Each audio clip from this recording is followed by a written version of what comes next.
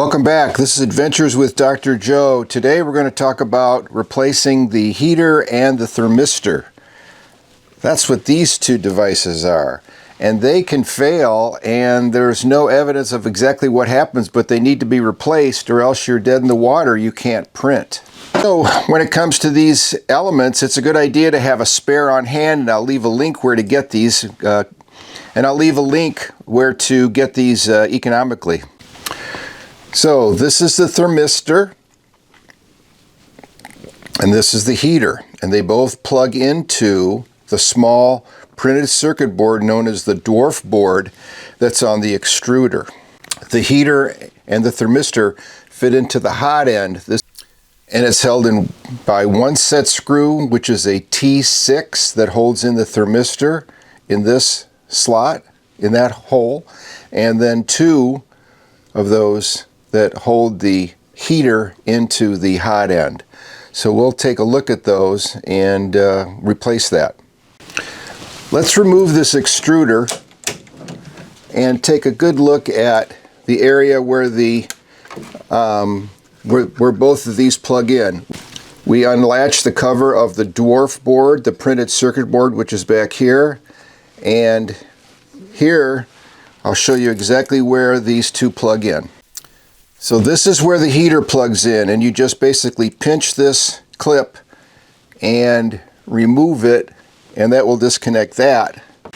And right next to it, the very first one, there's a little clip here. We just pull that back. That disconnects the thermistor, and then this whole part comes out when you loosen and remove the nozzle.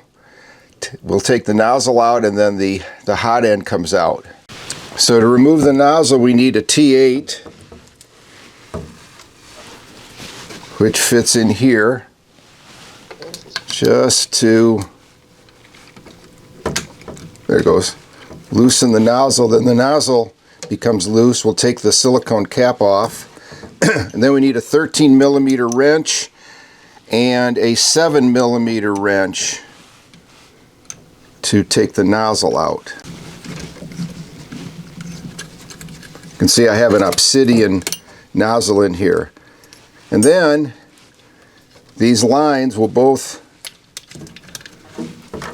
come out, and you'll have the hot end with the thermistor, with the heater, and then the opening here for the nozzle to go in. So that's the setup.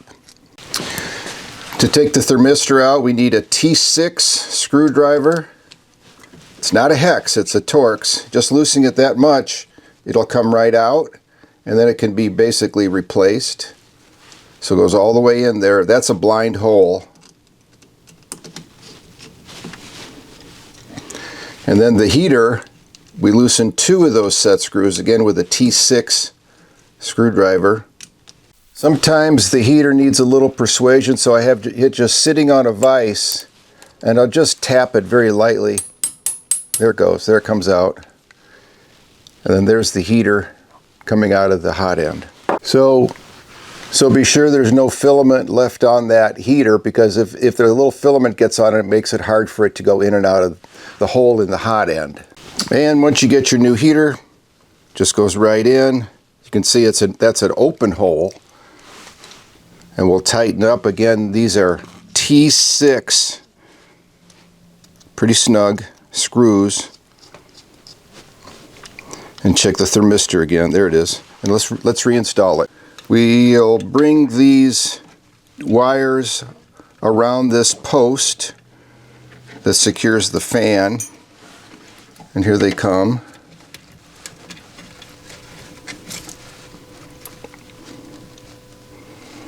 And again, this is the way we want this set up, like this, because we want the hole here for the nozzle to line up with the hole for the in the extruder itself, so that has to be lined up like this. Then again,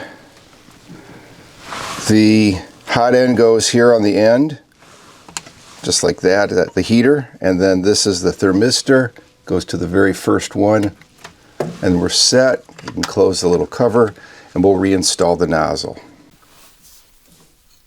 So the nozzle needs to go in freely. You don't want to cross thread it. And then once it's all the way down, we'll put the 13mm wrench back on. Give it a little tightening. We'll put our silicone sock back on.